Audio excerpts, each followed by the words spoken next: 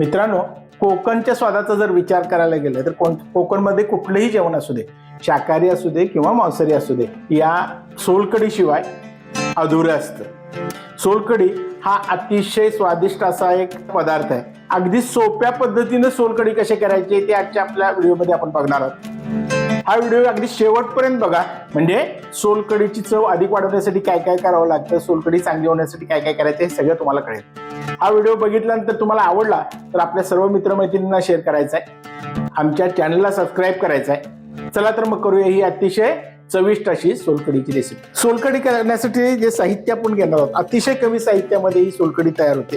त्यासाठी आपण खोबरं घेतलेलं आहे. इथं एक नारळाचं खवून घेतलेलं खोबरं आहे. त्याच्यानंतर आमसूल किंवा ज्याला कोकणामध्ये सोलं म्हटलं जातं, सोलापासून तयार केलेली असल्यामुळे सोलकढी.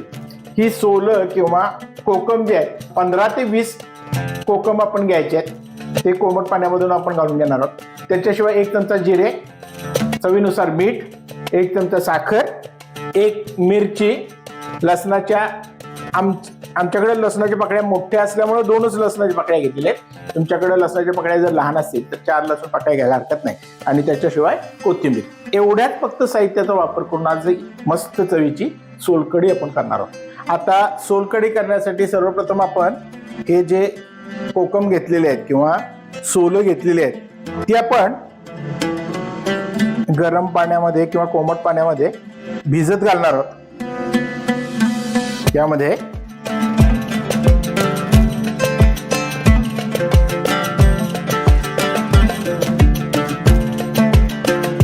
कोमट पाणी घेऊन ही कोकम जे आहेत ते आपण भिजत घालणार आहोत. हे आपण आता बाजूला ठेवून घेऊ. या सोलकढी करण्याच्या दुसऱ्या स्टेपमध्ये आपण मिक्सरच्या जारमध्ये आपण एक नारळ जो आपण खवून घेतला होता तो नारळ याच्यामध्ये घालून घेणार आहोत. त्यामध्ये आपण जिरे घालायचे आहेत, मीठ घालायचं आहे, साखर घालायची आहे आणि 1 मिरची घालणार आहोत आणि लसणाच्या 2 कुड्या घालणार आहोत.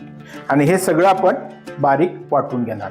आता खोबरं, जिरे आणि मिरची हे आपण एकत्र अगदी फाईन पेस्टमध्ये वाटून घेणार आहोत. त्याचं आपण दूध काढणार आहोत. आता लागेल तसं पाणी याच्यामध्ये घालून आपण हे व्यवस्थित बारीक वाटून घेणार आहोत.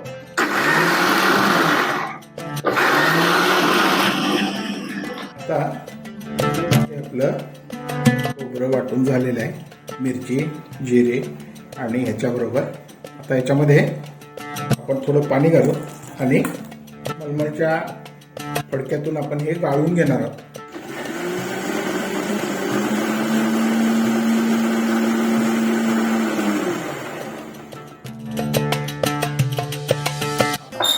हे कोकम आता आपले साधारण 10 मिनिटं भिजलेले आहेत. आपण पिळून त्याचा रस बाजूला काढून घेणार आहोत. या पद्धतीनं हा सगळा रस कोकमचा आपण बाजूला करून घेणार आहोत आणि याचा वापर आपल्या सोलकढीमध्ये आपण करणार आहोत. आता आपण हे जे आपण खोबरं, जिरे आणि मिरची वाटून घेतलेली आहे त्याचं दूध काढून घेणार आहोत. एखादं मलमलचं कापड आपल्याकडे असेल तर त्या मलमलच्या कापडामधून हे खोबरं सगळं पिळून घ्यायचं आहे आणि त्याचं दूध आपण काढून घ्यायचं आहे. या पद्धतीनं या कापडातून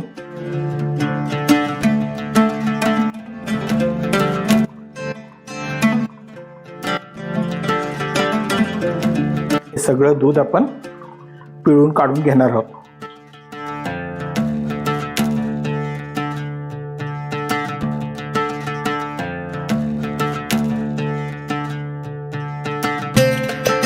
हे आपलं झालं नारळाचं पहिलं एक्स्ट्रॅक्ट.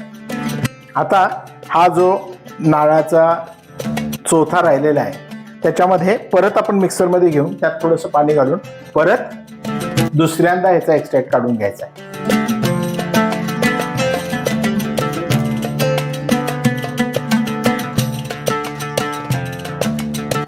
आता हे सेकंड एक्स्ट्रॅक्ट परत आपण कापडातून गाळून घेणार आहोत.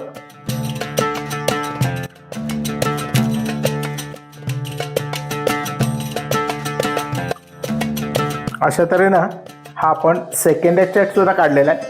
तोही या पहिल्या आपण जे दूध काढलं होतं त्याच्यामध्ये मिक्स करून घेणार आहोत. या तऱ्हेनं हे आपलं नारळाची दूध जे आहे नारळाचं ते काढून झालेलं आहे. मिरची आणि जिरे घातलेलं नारळाचं दूध आपण काढून घेतलेलं आहे. याच्यामध्ये आपण आता हा कोकमचा काढलेला रस जो आहे तो मिसळून घेणार आहोत. अगदी थोडा थोडा रस मिसळायचा आहे.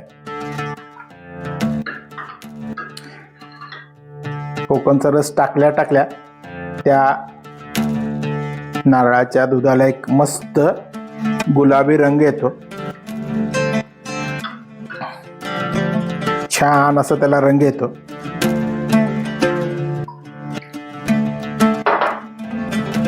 या पद्धतीनं हे आपली मस्त सोलकढी तयार झालेली आहे. ह्याच्यामध्ये थोडी कोथिंबीर घालू आणि ही आपली मस्त सोलकढी प्यायला तयार झालेली आहे. याची चव बघा आणि आवश्यकता असल्यास थोडं मीठ आणि थोडी साखर टाकून घ्या आणि परत मिसळून आपली ही सोलकढी सर्व करायला तयार झालेली आहे. तयार झालेली सोलकढी आपण या जारमध्ये काढून घेणार आहोत. अशा तऱ्हेनं ही आपली सोलकढी तयार झालेली आहे. ही सोलकढी आपण या ग्लासमध्ये काढून घेऊ. अशा तऱ्हेनं मित्रांनो ही आपली सोलकढी तयार झालेली आहे. अतिशय रिफ्रेशिंग अशी ही सोलकढी तुम्ही करून बघा, तुम्हाला नक्की आवडेल. आवडली तर याला आपला एक लाईक द्यायचा आहे. आपल्या सर्व मित्रमैत्रिणींना ही रेसिपी शेअर करायची आहे आणि आमच्या चॅनलवर नवीन असाल किंवा अजून आमच्या चॅनलला सबस्क्राईब केलं नसेल तर आमच्या चॅनलला सबस्क्राईब करायचं. आमचा हा व्हिडिओ शेवटपर्यंत बघितल्याबद्दल सर्वांचे धन्यवाद.